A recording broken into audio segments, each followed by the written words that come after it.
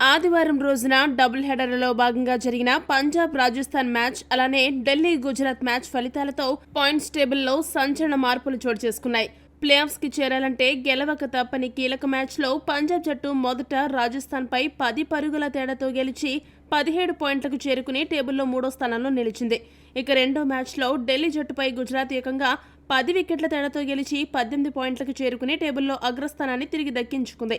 గుజరాత్ జట్టు ఈ మ్యాచ్లో గెలవడమే కాదు, తనతో పాటు బెంగళూరు, పంజాబ్ జట్లను కూడా ప్లే ఆఫ్స్ కి తీసుకువెళ్లింది.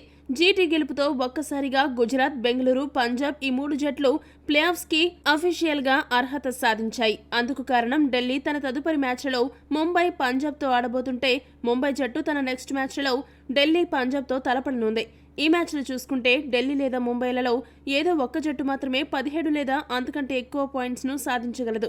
ఇక లక్నో జట్టుకి ఆ ఛాన్స్ లేదు కాబట్టి జీటీ, ఆర్సీబీ, పంజాబ్ క్వాలిఫై అయినట్లు డిక్లేర్ చేసేశారు. దీంతో టాప్ 3 స్థానాలు కన్ఫర్మ్ అవ్వగా మిగిలినది ఇప్పుడు ఒకే ఒక స్థానం. గుజరాత్ పై ఢిల్లీ జట్టు విజయం సాధించి ఉంటే ఏ ఒక్క జట్టు అఫీషియల్ గా అప్పుడే క్వాలిఫై అయ్యేవి కాదు. ప్లే ఆఫ్స్ కి అర్హత సాధించడం కోసం మరికొన్ని మ్యాచ్లు వేచి చూడాల్సి వచ్చేది. కానీ ఢిల్లీ జట్టు గుజరాత్ పై ఓడిపోయి గుజరాత్, బెంగళూరు, పంజాబ్ కి మార్గం సులభతరం చేసేసింది. ఇక చేతిలో 3 మ్యాచ్లు మిగిలి ఉండడంతో వీరి దృష్టి మొత్తం ప్రస్తుతం మొదటి 2 స్థానాలపై పడింది. ఇదిలా ఉంటే ఢిల్లీ ఓటమితో ఒక్కసారిగా లక్నో జట్టు పరిస్థితి కూడా చిక్కుల్లో పడింది.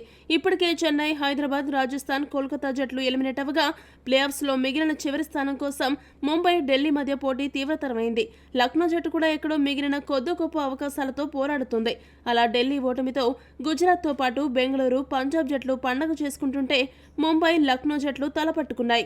మరి ఈ చివరి స్థానం కోసం జరిగే పోరులో ఎవరు నెగ్గి ప్లే ఆఫ్స్ కి చేరుకుంటారని మీరు భావిస్తున్నారో కామెంట్ చేయండి. మరిన్ని అప్డేట్స్ కోసం మా ఛానల్ ను సబ్స్క్రైబ్ చేసుకోండి.